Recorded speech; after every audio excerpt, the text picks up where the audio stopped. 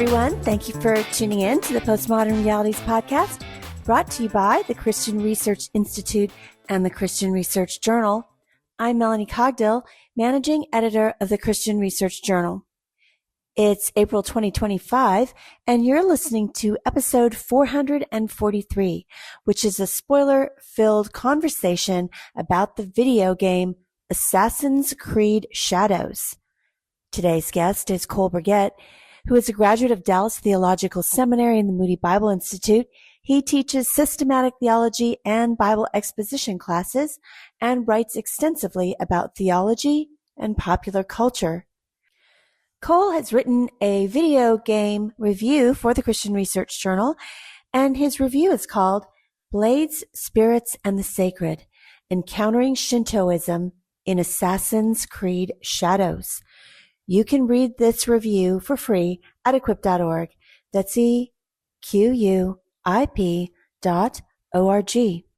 Cole, it's good to have you on the podcast again. Always good to be here. Thank you.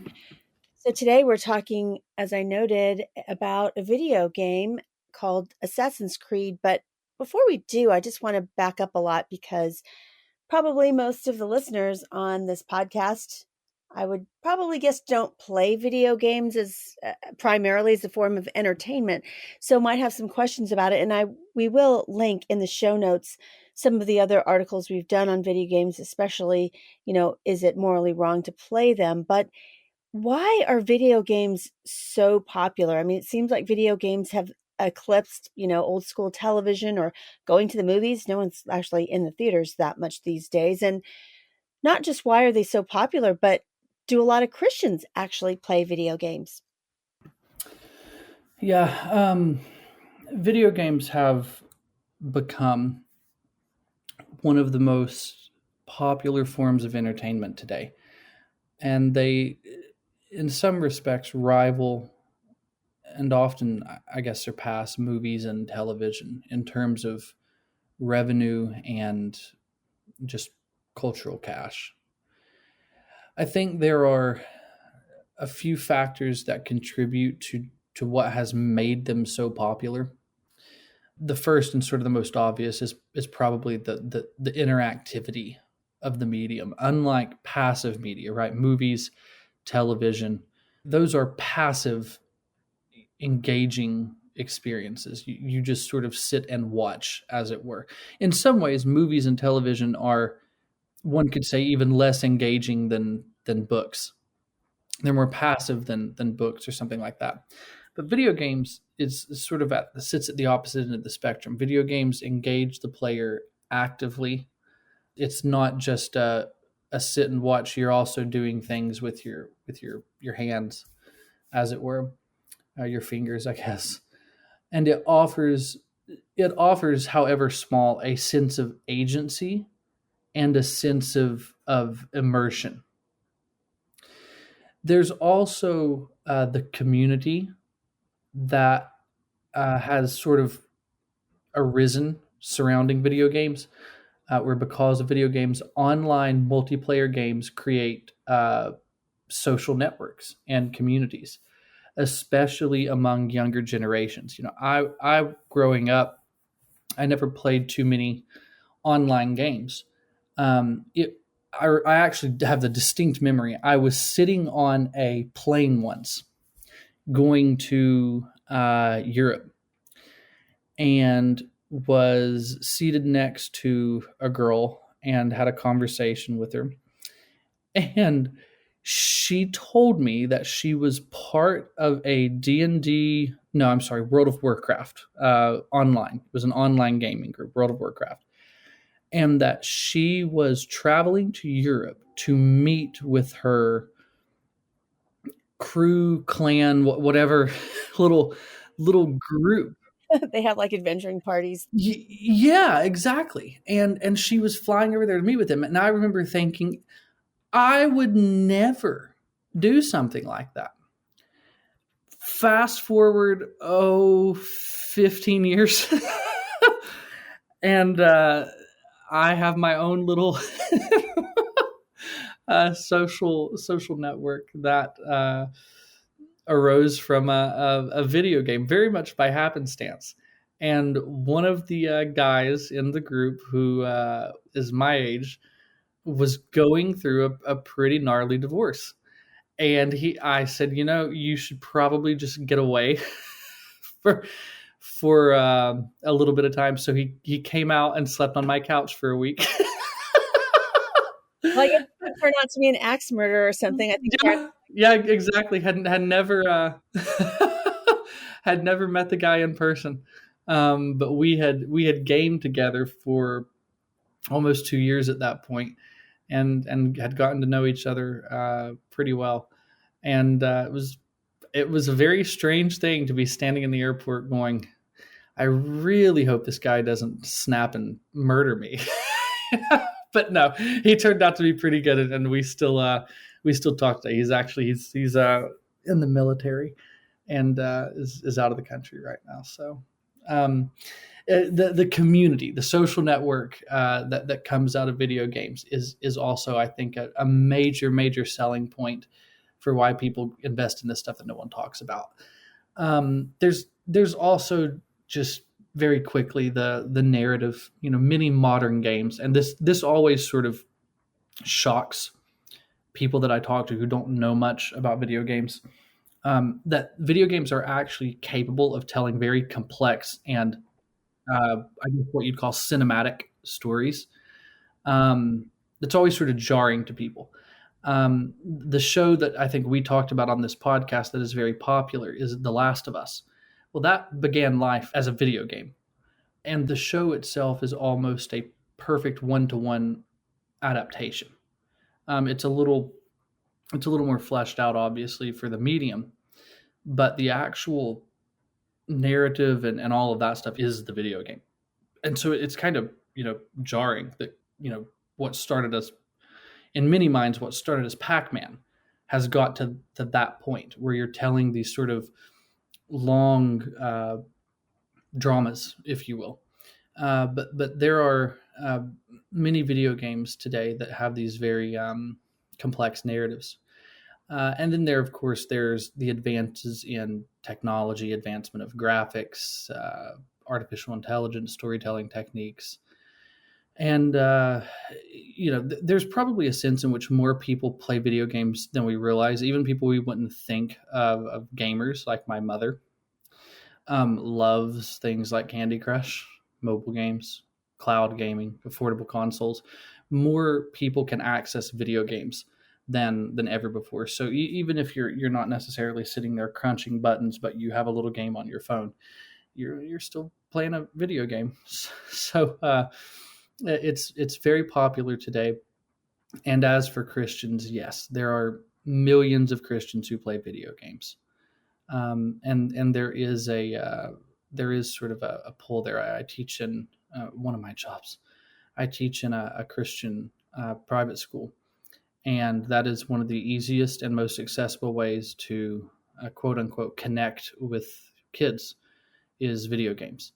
And they know that I write about different video games and things like that, and that to them is like the coolest thing ever. And they, in their minds, I have the dream job. I get to write about video games and get paid for it.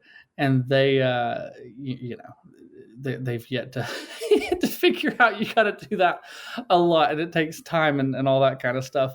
But it's one of the easiest ways to connect with those Christian kids is video games. Because they enjoy it as recreation, art, obviously the social community and that sort of thing. So yeah, video games are very, very popular today. Well, just so our listeners get some idea of maybe some older stats, there's 3 billion people that play video games. And you're right, from old school, I guess, was it 80s, where people went to the arcade and there are these huge machines, to now people playing video games on a device that fits into their pocket. Not to mention, just like you said, online community where people are playing people from all over the world or joining up with people in teams if they play a certain kind of adventuring type of game, that is a thing. I think it's been a lot of innovation quite quickly even if you think about decades going from that to what we do now is quite a lot. Now, do Christians, I mean, I think most people would say most non-Christians, but when 3 billion people worldwide are playing them, I'm assuming Christians are playing them. And, you know, it, I guess maybe some parents of yore thought that there was something inherently, unbiblical about playing a video game. Yeah, you've always had these sort of debates that have cropped up around video games. A great example of that would be the correlation between um, like violence and playing video games and that sort of thing. And what's interesting about, just to use that particular discussion as sort of a lightning rod for this, I have, for goodness, almost 20 years now, seen stats go all over the place with something like that. I have seen everything from there is absolutely zero correlation whatsoever to there's all the correlation in the world. And no one can sort of seem to agree on that kind of thing. And where I have always sort of landed the plane with this is that, as with any type of film or television series or any type of book or any kind of media that someone consumes recreationally, whatever, there has to be discernment and intentionality, being thoughtful about what you play, what you watch, what you read, and why. If you have a kid who plays only and exclusively, let's say, crime-based video games, I would say that's probably as not smart as someone who only and ever listens to a certain kind of music genre. It's sort of just, there's an inherent, an obvious, at least to me, logic to that is not good. And, growing up, the games that always sort of took the flack for this were either Call of Duty or Grand Theft Auto. Grand Theft Auto, a lot of issues with the content of it, especially because supposedly it was made for older kids, but it inevitably was junior high guys playing these kind of games. Well, it's the same way at the school that I work at. I remember when I was younger, the GTA games having this kind of mystique about them, and played them as I got older, and really just sort of lost interest, in the same way that I sort of lose interest in certain television series, because I don't find the stories all that compelling. I sort of get exasperated with watching bad people be bad. I that it sort of loses it's a kind of luster to me. And I often find two things. I often find, on one hand, even though those are the games that are most talked about in media, those are not actually the games that kids play, by and large, the most. The kids at the school will talk about GTA, but at any given point in time, they're playing 2 or 3 or 4 different games, generally, that they like more than that. And they have sort of less and less interest in that, as at least as I've known them. And I think part of that is attributed to the fact that Grand Theft Auto at the time was sort of the only kid on the block when it comes to the specific genre of game that it was doing. And now there are so many like it that don't sort of enmesh you in the world of criminals in the same way that game does.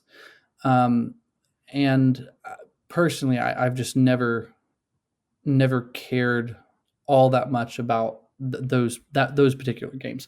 So on one hand, I would say that parental concerns of video games are justified in the same way that parental concerns for movies are justified, in the same way that parental concerns for the television shows their kids watch is justified. That's all justified. The key, as I said, is discernment and intentionality. It is not that these video games are marketed toward middle schoolers. There is a very clear rating on all of those adult-oriented games. That rating is mature. What I have never quite been able to wrap my head around is the gullible parent who doesn't pay attention to that, buys the video game and gives it to their kid, and is then shocked to see that it has certain content in it. When it's not like, the even the cover art is subtle about what the game includes.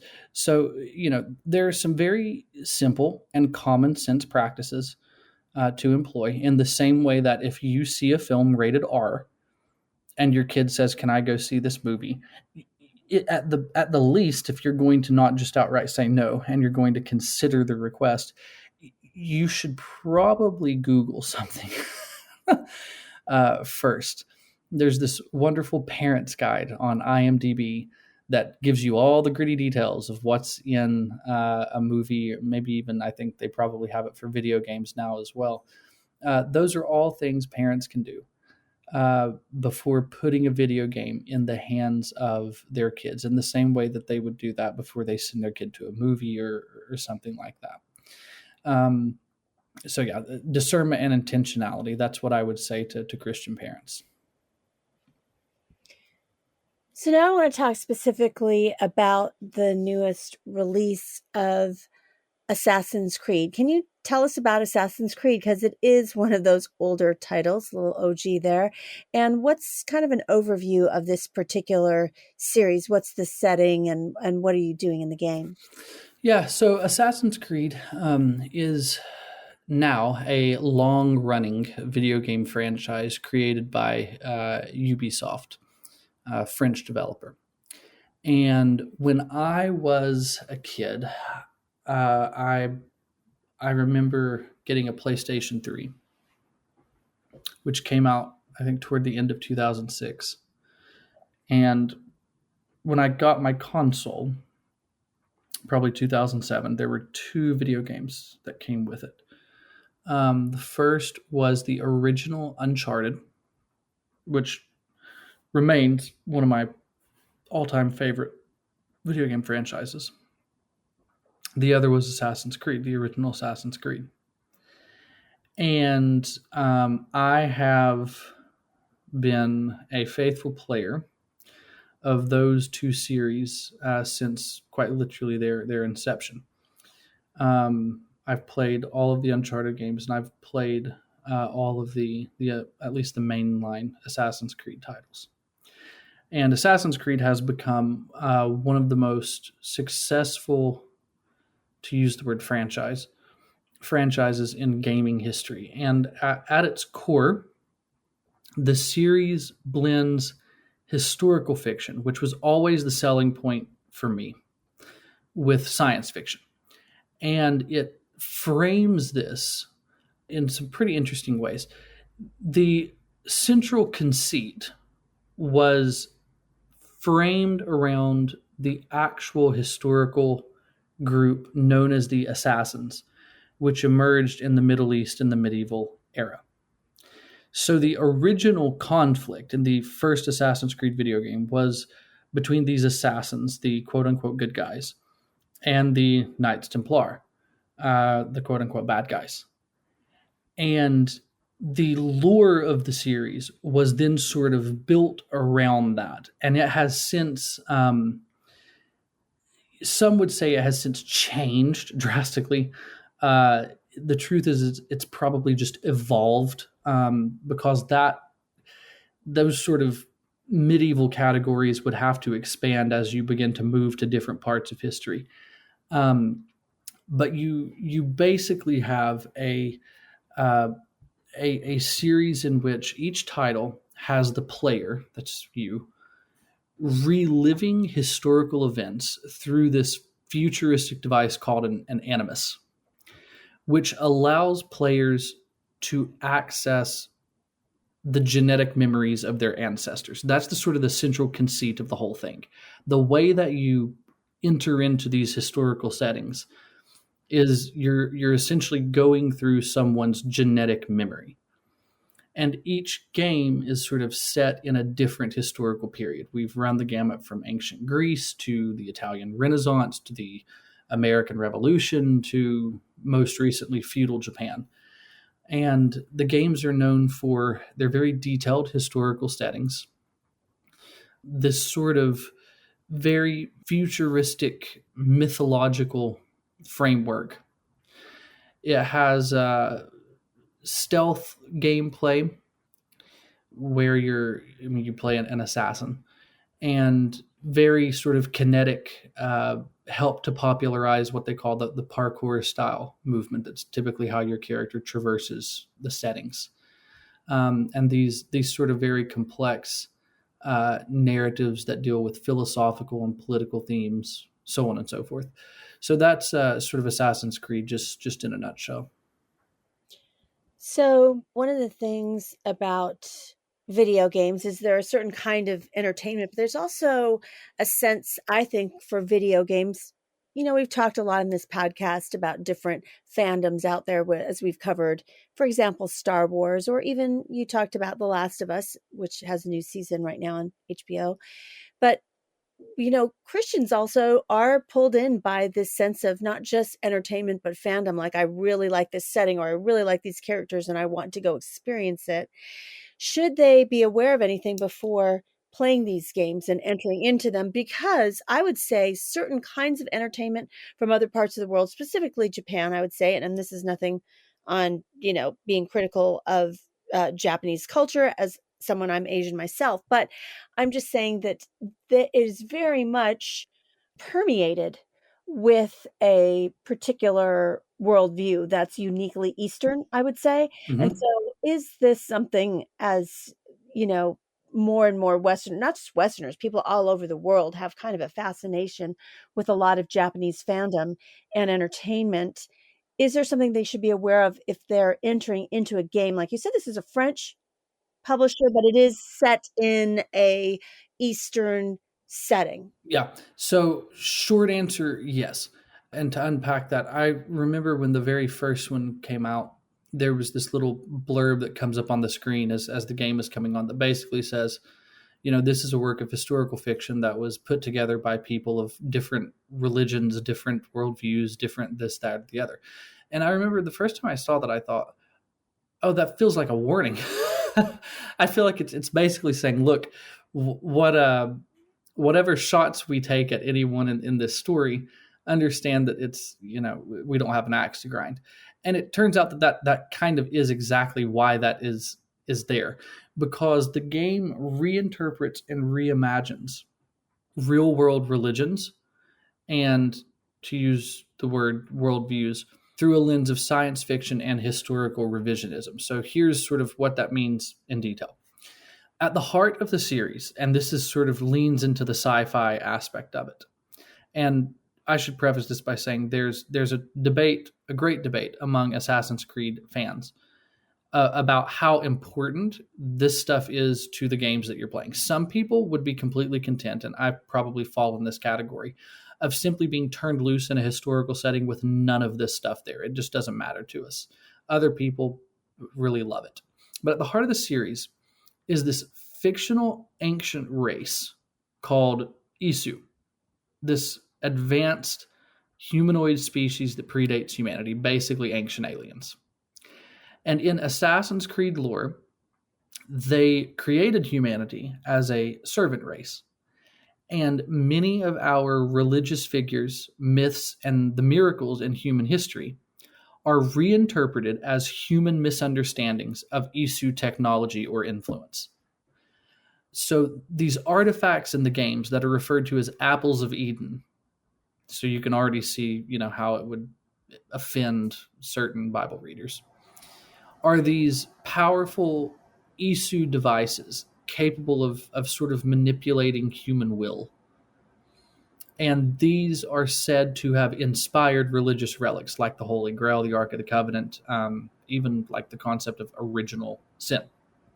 So Jesus and these other religious figures in the lore are religious prophets who wielded Isu artifacts, making their miracles really just the result of science rather than divine power. And while the games do not, I would say, do not deal in a outright dismissive sense with the concept of God, the franchise really sort of heavily implies that whatever we consider divine or miraculous is really just, some kind of misunderstood ancient science. So to be fair and paint with a broad brush, these themes are not just metaphorical, they're explicit lore points. And the games suggest that faith, miracles, divine intervention, all of these ideas are just misinterpreted phenomena rooted in the manipulation of early humans by a technologically superior race. So not just for Christians, but I would say for anyone of religious conviction, this raises a major concern, particularly around how divine revelation and like human dignity are portrayed. So that little disclaimer that comes up at the start of every game, that this is a series that is made by a people of from all different walks of life and stripes and religions and beliefs and that kind of a thing, is there to sort of cushion the blow that we're probably about to, in some way, shape, form, or fashion, offend everyone with the story that we're about to tell. So I would say, yes, while the video games themselves do sort of portray the convictions, the religious beliefs, that sort of things that were part of the cultures in which they're set and the times in which they're set, from the 30,000 foot lore standpoint, all of that stuff is just people deceived. And the quote unquote real story of history is what the assassins and these Templars, or what is now being called the Hidden Ones, is the assassins' old name, and this order of the ancients. What they're fighting over is the control of these artifacts. The assassins are much more about liberation and free will, and it's sort of a matrix idea, right? We have to free their minds. We have to, help people. We can't let them, live in this darkness and be manipulated. Whereas the Order of the Ancients or the Templars are all about using these artifacts to manipulate people and keep them under control and not let them know the truth, and so on and so forth. We invite you to explore our website, equip.org. And the Christian Research Journal has been around in a print and online incarnation for almost 50 years now. And so there are thousands of articles there, just all kinds of things that can equip you as a Christian as you think about Christian apologetics, Christian ethics, and how to answer the latest pop culture phenomenon, like the one that we're talking about today with the video game Assassin's Creed. And also, of course, we've got evangelism tips and hermeneutics articles, our Philosophers series. There's so much there to explore, really, from many decades of our publishing.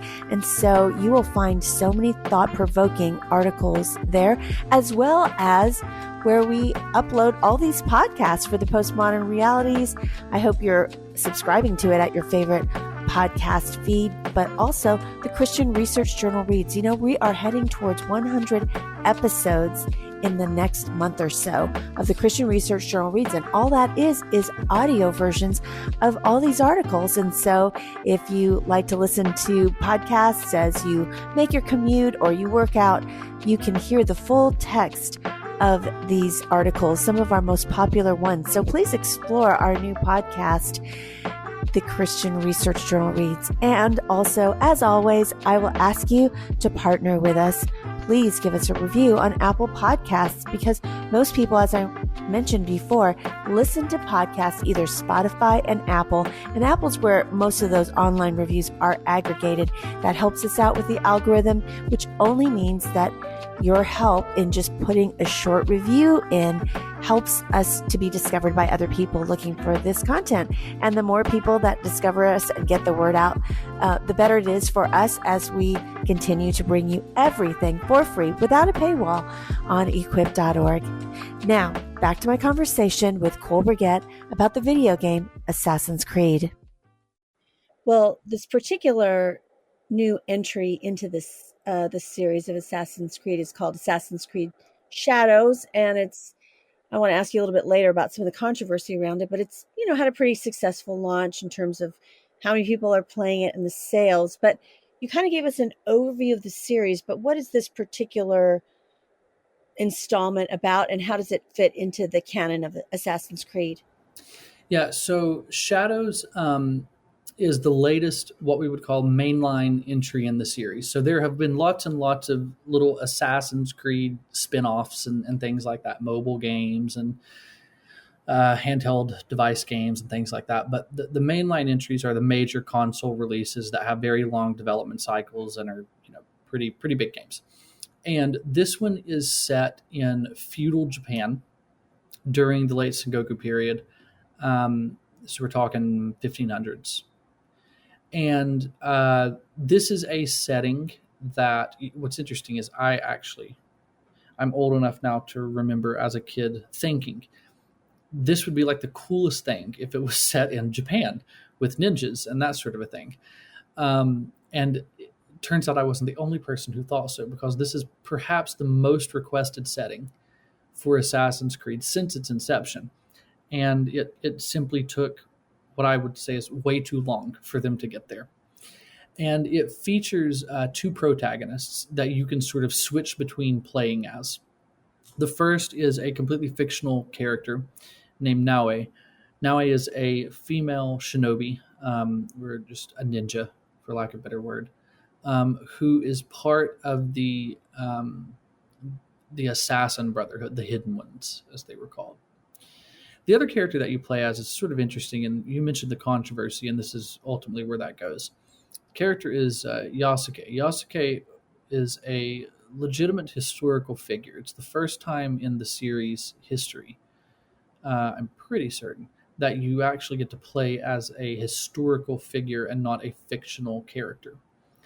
And this historical figure, Yasuke, was an African man who became a samurai under sort of the legendary warlord Oda Nobunaga. And the game, of course, blends these different historical events from that period and these historical figures like Oda Nobunaga with the series' ongoing lore.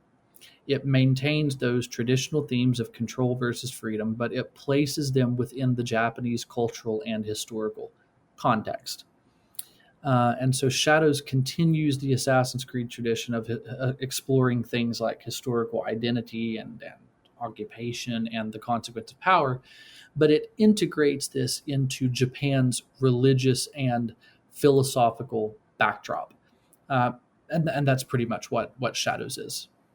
So, we just I mentioned that there was some controversy, but it was quite highly publicized. In other words, before it's released, there was some very highly publicized controversy that kind of touched all the way over to Japan itself. Could you explain some of the elements of the controversy in a nutshell? Because there were some different things happening at the same time before it came out. And of course, there's a lot of subreddit threads on this controversy. Yeah, so the controversy has, I would say, several talking points. And we'll start with one and sort of try to give an overview of this. So it's not just one controversy. It's not just one controversy. And there is a sort of a broader narrative here. And I suppose I should probably just couch the broader narrative in this way. It is sort of no big secret that Ubisoft has lost a lot of good faith with gamers in the past few years. And this is reflected in sales. So the other major release for them, the most recent major release for them, was Star Wars Outlaws. They actually did a Star Wars video game that did not sell well at all. It was not extremely well received when it premiered, when they were showing trailers for it. and not as many people as they would have liked were maybe even needed to justify the costs of making the game, bought the game. And so the narrative, at least, is that the company sort of went on its heels at that point because they had a bit of a history of putting out very mediocre games with these huge development cycles and lots of money being thrown at them, only for people to not really like them. And they've sort of flirted with different controversies for a while. Everything from, what people can buy in game, the cost of video games. There's a sort of a broader cultural discussion around video games that Ubisoft is sort of like the easiest one to throw a rock at. But there are some Shadows specific controversies that erupted. And one wonders if these would have come about had the company not already been taking flack. So the first and perhaps the most well-known of the controversies centers on the inclusion of Yasuke as a playable protagonist. Now, while Yasuke was a documented historical figure, some critics claim that featuring him as a main character in a game set in feudal Japan was historically inaccurate or an instance of forced diversity.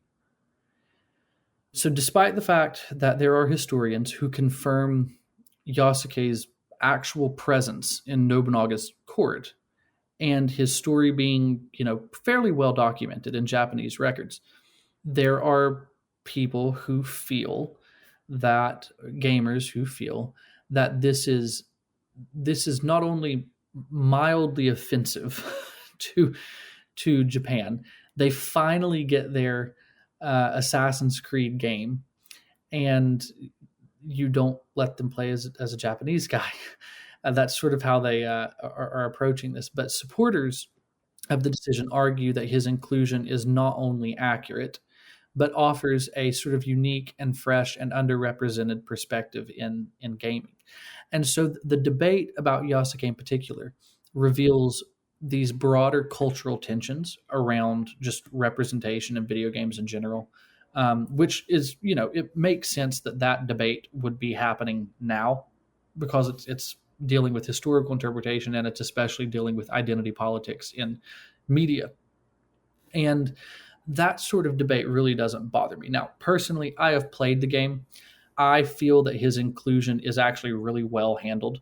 It is not as though the game, and this is where I think maybe some of the fear of certain gamers is that this game is going to drop you into the middle of Japan as this, very tall, very large African guy who, even though he's historical, you're just supposed to roll with the fact that this is not weird, that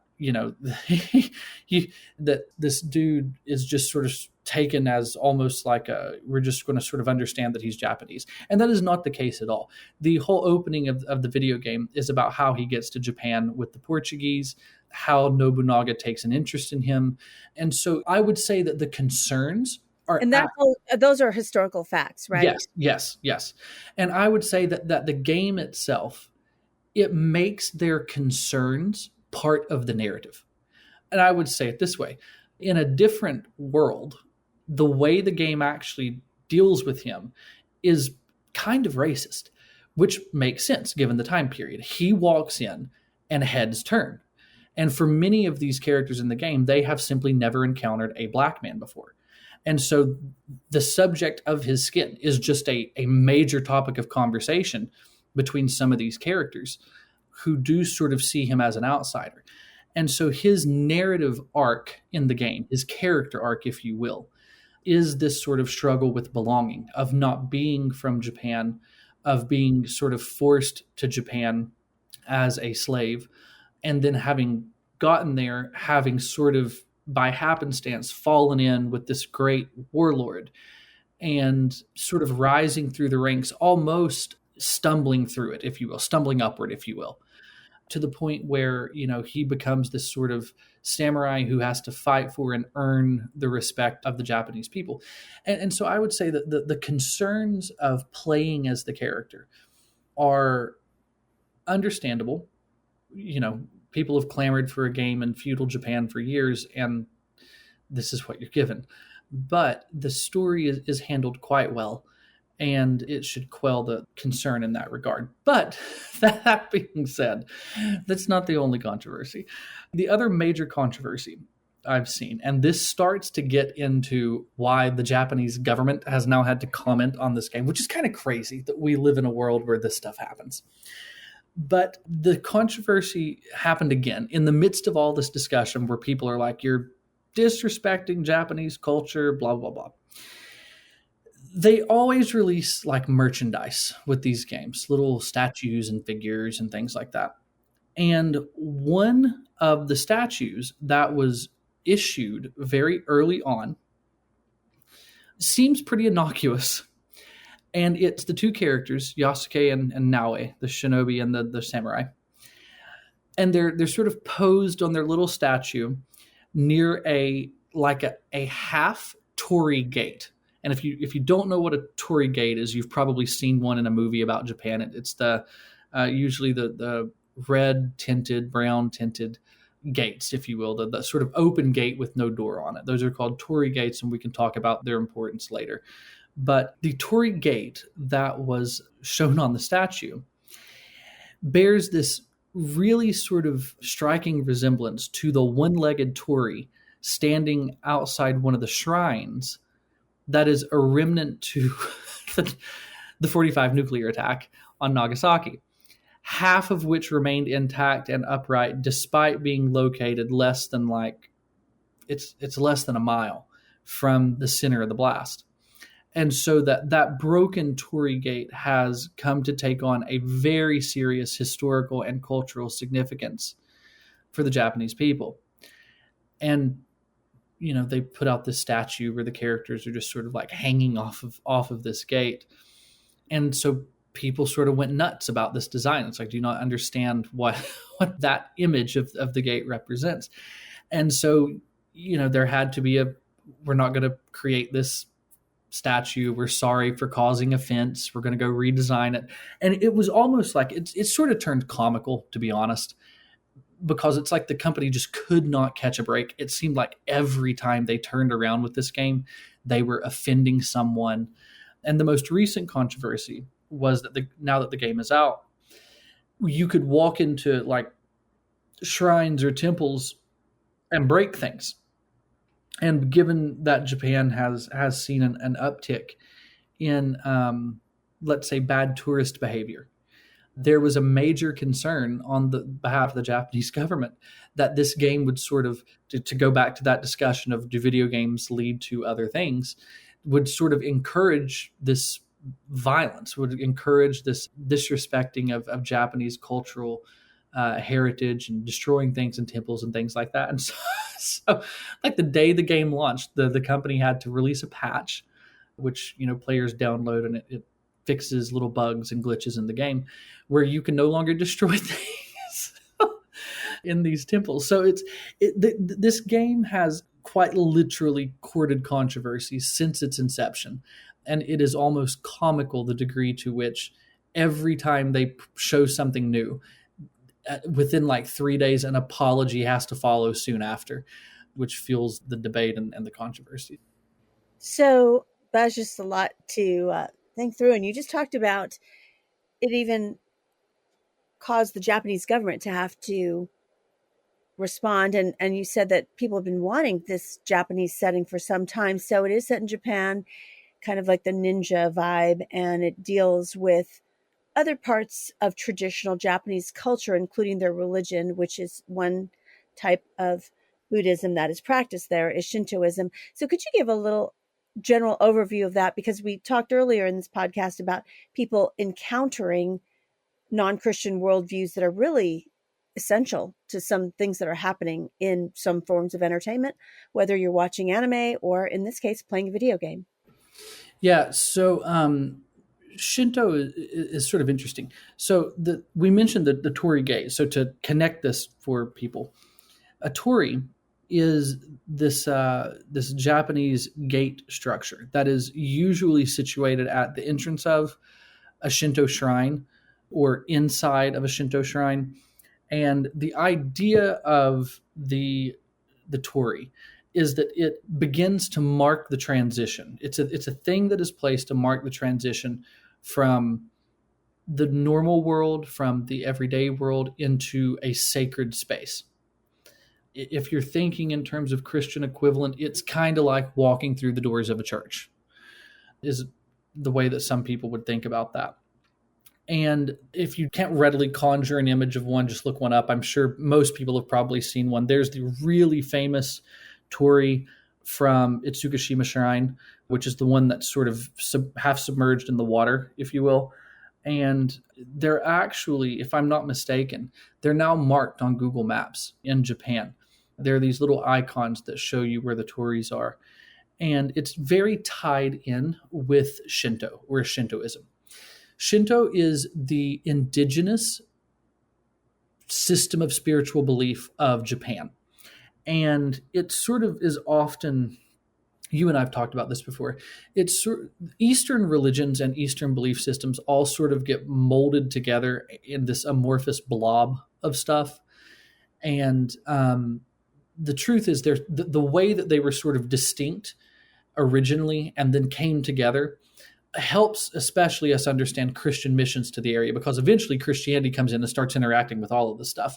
And so it does sort of help us to know a little bit about it. But Shinto is an animistic or I should say polytheistic belief system that is centered on kami.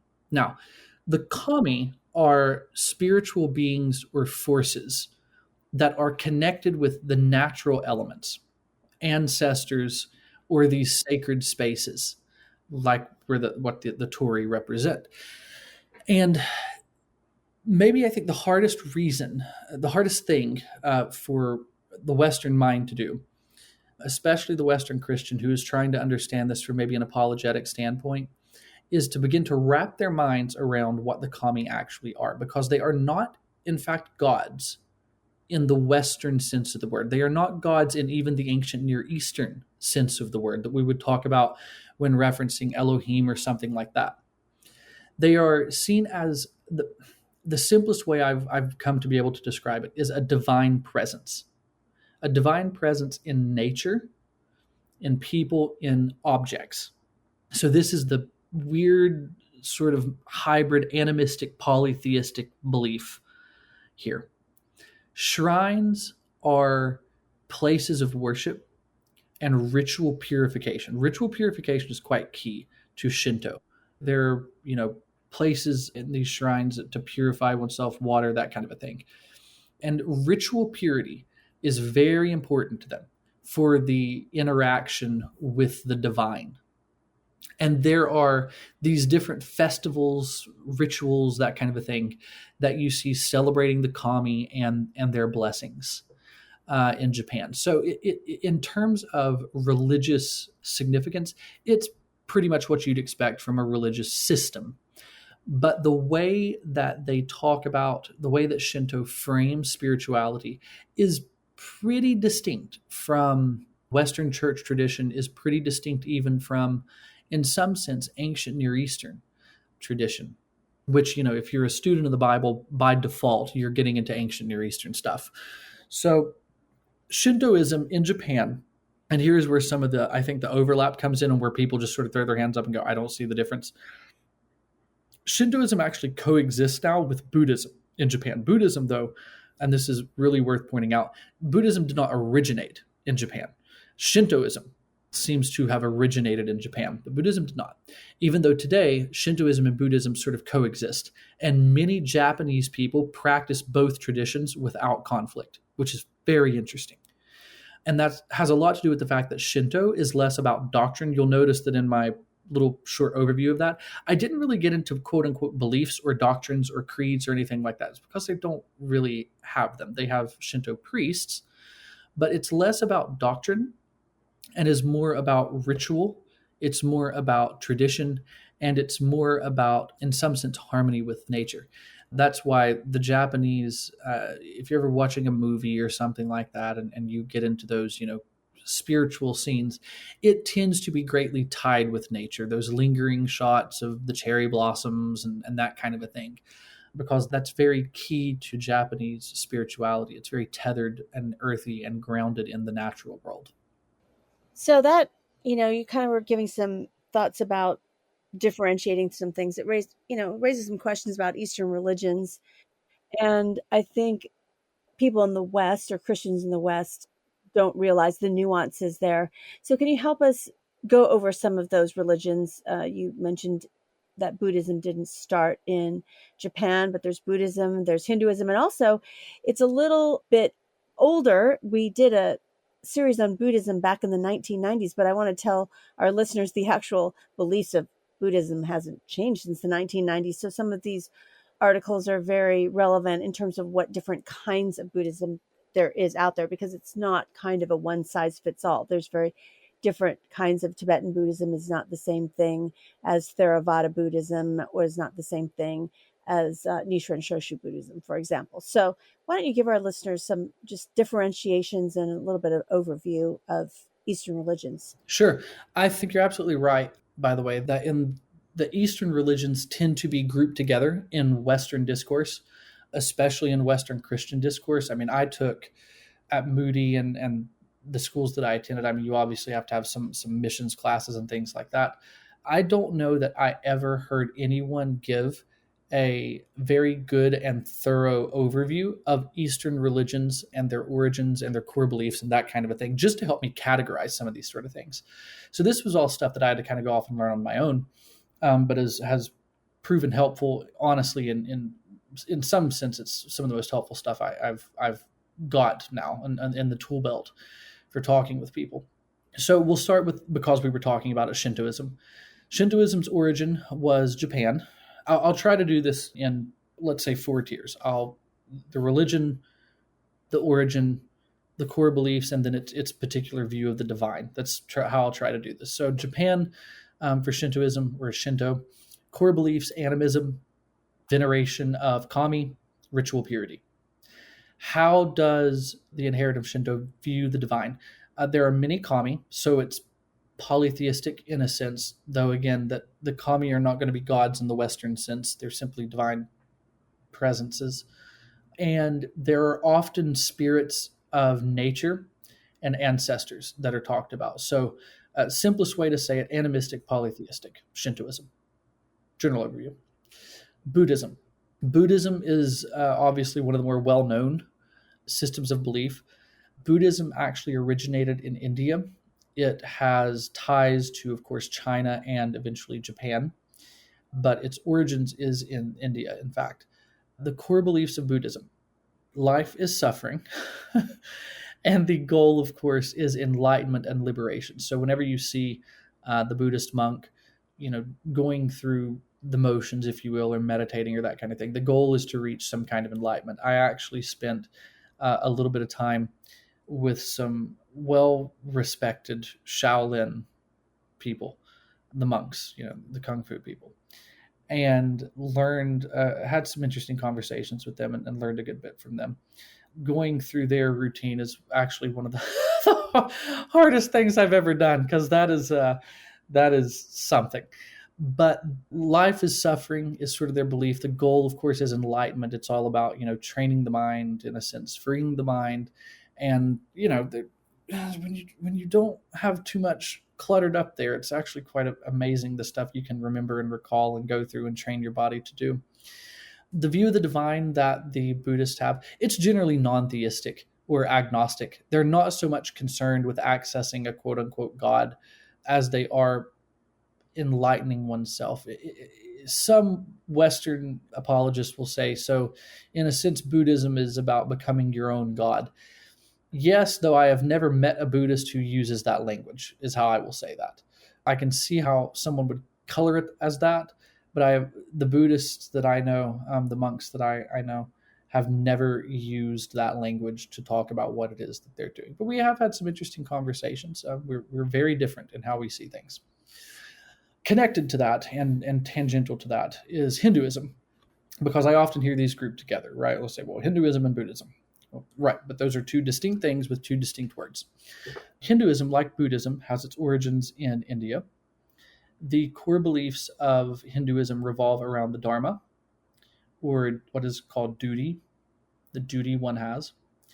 It is tied to call it a doctrine. Doctrines like karma, goes around, comes around, good energy, bad energy. You actually hear this stuff trickle into the mainstream, even without the religious significance attached to it. You know, kids, I feel like even the kids in the Christian high school were talking about one's vibe or one's energy or you know, that kind of a thing. Hinduism, cycles of rebirth is another major key to them, reincarnation. And there are many deities in Hinduism, polytheistic, very polytheistic view of the divine. And of course, Brahman is sort of the ultimate reality. So Hinduism is, of the ones we've talked about, Shinto, Buddhism, Hinduism is maybe the most recognizable in terms of, okay, so they have gods, many gods, and different beliefs, but then you start to throw in the stuff that has that uniquely, I guess what a Western thinker would probably call that uniquely Eastern flair, karma, reincarnation, those ideas. So that's pretty much Hinduism. Now, the systems of belief that I often find people have absolutely no clue about are actually the ones that originate in China. And that's because Buddhism and Hinduism tend to be, at least in my experience, what people think the Chinese belief systems are. And on one hand, Buddhism has reached its fingers into many, many Eastern cultures and even Western culture to a large degree. And I think that is probably because it's quite amorphous. Buddhism is. It's less rigidly structured than some of the others, which is why it can sort of coexist alongside, even just culturally, with some of these other belief systems. But China has a couple of very distinct ways of thinking or beliefs that predate the Buddhist influx into the country. And one of those is Taoism, harmony with the Tao, which is a term that even C.S. Lewis would borrow to talk about certain things. Core beliefs, harmony with the Tao, this simplicity, harmony with nature, living an uncluttered life. The idea of having things in a very set and specific order is sort of key in this. You'll sometimes hear, the idea of, feng shui, right? This balance, this harmony, that sort of idea. Very principalized. As far as gods are concerned, it's quite pantheistic. Taoism, at least in my estimation. Pantheism, of course, is the idea that the universe and nature are identical to God. So there's these very impersonal, let's call them divine principles that Taoism is about, and being in harmony with nature, which is often confused as Hinduism or even Buddhism, right? Is this sort of a very default setting of Taoism. And so you can see how something like a Buddhism can come in and exist comfortably alongside that, since Buddhism is all about enlightenment and liberation, and Taoism is very much about living in balance, in harmony with nature and those types of things. So they're good bed buddies, in other words. And then the other one from China, this is the last one I'll talk about because who really cares all that much, is Confucianism. Confucianism originated in China and is very much about social harmony. So you can see the sort of the native Chinese religions are about balance, harmony in one's life, social harmony, ethics. Ethics is a big part of Confucianism, and it's why I think some people would even say, well, Confucianism is not even so much as a belief system as it is, just a view or something like that. But ethics is a big part of Confucianism. Filial piety, that is a major virtue of Confucianism. It is considered a cornerstone of Confucianism. And as a result, it's a fundamental value in many East Asian cultures. And that is respect, obedience, care for one's parents and elders, filial piety. Great emphasis put on the family and even one's ancestors, that kind of a thing. So those are all some of the major components of Confucianism. Education is also really big. in Confucianism. And sort of the thing that's always said about Confucianism is that it's not actually a religious system. It's more like principles for living one's life. It's more of a philosophy than anything else, and is quite, I would say, to the degree that it is religious, it is agnostic. It is a sort of a fundamentally agnostic sort of thing. And again, that points to why it can sort of live comfortably side by side with something like a Buddhism or something like a Hinduism or something like a Shintoism, because there's not a strict set of doctrines set down or belief in a supreme deity. And so those types of things live alongside of each other, and ultimately is probably why some of those principles and those ideas transmute so easily and so well into Western culture, which has been very thoroughly Christianized. Even though we've sort of come through secularism, we still have borrowed some of these concepts and brought them in. So while these traditions I just listed, Shintoism, Hinduism, Buddhism, Taoism, Confucianism, they share practices like meditation or ancestral reverence. They actually differ quite dramatically in their views of the self, in their views of the divine, in their views of what salvation is, in their views of the nature of reality even. So even though they sort of make good bed buddies, which is why I think it sort of all bleeds together in the mind of the Western thinker, they are quite distinct. And understanding these distinctions is essential for a meaningful cross-cultural dialogue, especially from a Christian apologetic standpoint. Now, we know, as we mentioned early in this podcast, and you mentioned you're a teacher in a high school, that a lot of younger children or younger students, maybe 14, are playing these games. And I don't know, do they know, especially Christian students, do they know the nuances of these different religions? So is it, first of all, recommended, would they be, maybe confused to be exposed to this Eastern worldview in a game like Assassin's Creed Shadows? Or do you think, if as parents, if they realize, okay, this is one of the favorite games of my kid, how can we enter into discussions, help our kids know about it so that they could use some of the settings that they find or some of the, world building that they find as a springboard to conversations about the Christian faith? So one of the coolest features that the Assassin's Creed series implemented a few games ago, and I'm not sure if they've put this out for Shadows yet, I suspect that they will, is they sort of have this mode which you can turn on, which just drops your avatar into the world, and there's no quote-unquote gameplay. You simply walk around. You can walk around the world that they've created of the game, which is always generally, even if it's not a one-to-one correlation because of size and scale, it's a pretty accurate recreation of historical cities and things like that. And you can walk around as this avatar, and there are all these little, almost like a museum, right? You can walk around and read stuff. That mode, which you can switch on, you can just walk around and basically learn about the culture, learn about what they believed in. It's sort of like a little virtual museum tour of a recreation of, I think Egypt was the first game they did this with, a recreation of ancient Egypt, a recreation of ancient Greece. And you can do that. It's actually kind of an interesting concept. I don't know that they've put this out for Shadows yet, but that is actually a great tool. I have often said, if they would ever just make a video game set in ancient Mesopotamia, that is 100%. And they had that feature in there. That is 100% a feature that I would use in teaching. I would, without question, have my kids running around, ancient Babylon in that mode, learning about things, having the visual representation of things. So I would say that, there are actually tools that the developers have put in that encourage people to learn about that kind of thing. But it requires intentional engagement rather than just passive consumption.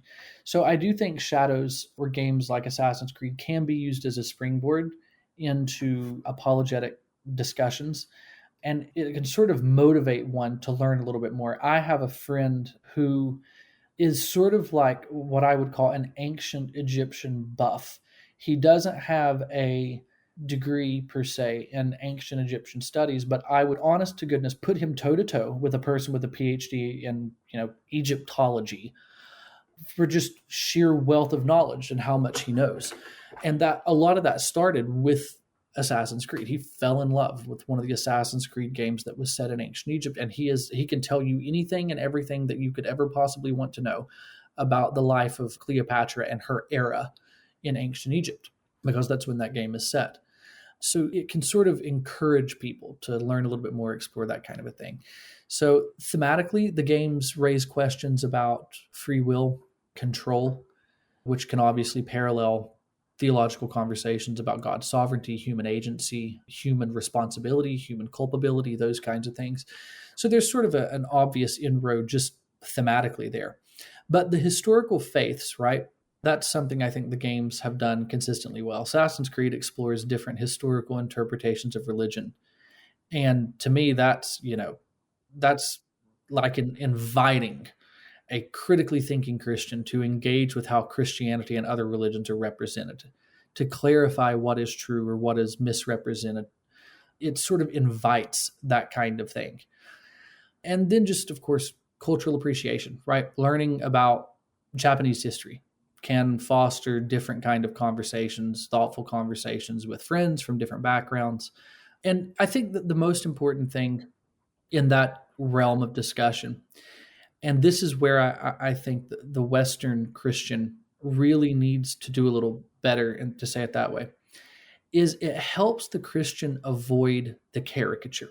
Eastern religions and systems of thought often fall into caricature, which is why it all sort of exists as this amorphous blob in the Western mind, despite the fact that there are clear distinctions, and the history of how Buddhism reaches China and reaches Japan is important. And it, in fact, has a direct effect on what happens when Christianity finally reaches China and Christianity finally reaches Japan, and what the Christians there encountered and the things that they were up against.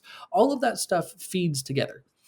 And so it can help the Christian begin to avoid caricatures and speak from both a place of curiosity and a little bit of grace. So at its best, I think, this kind of engagement can help bridge faith and culture. And it enables Christians to, maybe speak a little more thoughtfully and intelligently into the lives of friends who may not otherwise be open to spiritual conversations. Well, that's a lot of food for thought about video games. But now, on a fun note, I want to ask a question for Cole. Cole, you told us you play video games. So what is a video game you could recommend that you are currently playing? That I'm currently playing? I'm not really currently playing much. I will say this. Last year, because I pushed this game as much as I can, because it didn't sell too well, but it was great. Last year, Ubisoft released a new Prince of Persia video game. If you're an old school gamer, you'll know the name Prince of Persia. There's a new Prince of Persia video game. It's a 2.5D side scroller called The Lost Crown. It is a thumb breaker, but it is absolutely fantastic. And so I push people toward that game as much as I can. So Prince of Persia, The Lost Crown. Well, thanks, Cole, for being a guest again on the Postmodern Realities podcast. And we're going to look forward to Cole this summer, covering some of the big blockbuster movies that have been long-term franchises that we have not covered yet. So thank you so much. Always a pleasure. Thank you. You've been listening to episode 443 of the Postmodern Realities podcast. Today's guest was Cole Burgett. He has written a video game review for the Christian Research Journal. His review is called Blades, Spirits, and the Sacred, Encountering Shintoism in Assassin's Creed Shadows. You can read this review for free at equip.org. That's EQUIP.org. You won't want to miss out on subscribing to the other podcasts from the Christian Research Institute. We have the Bible Answer Man podcast, which is published Monday through Friday with the best of the week on Saturday. It's hosted by CRI President Hank Hanegraaff and is available wherever you get your favorite podcasts. In addition, Hank has a podcast called Hank Unplugged. Hank takes you out of the studio and into his study to engage in free-flowing, essential Christian conversations on critical issues with some of the most interesting, informative, and inspirational people on the planet. And you won't want to miss out on the brand new podcast from the Christian Research Journal, Christian Research Journal Reads presents audio versions of Christian Research Journal articles. It was a print incarnation of almost 45 years. It's now on the web, as you know, with new articles every single week. So you won't want to miss these audio articles of some of our most popular and most accessed articles on our website, equip.org.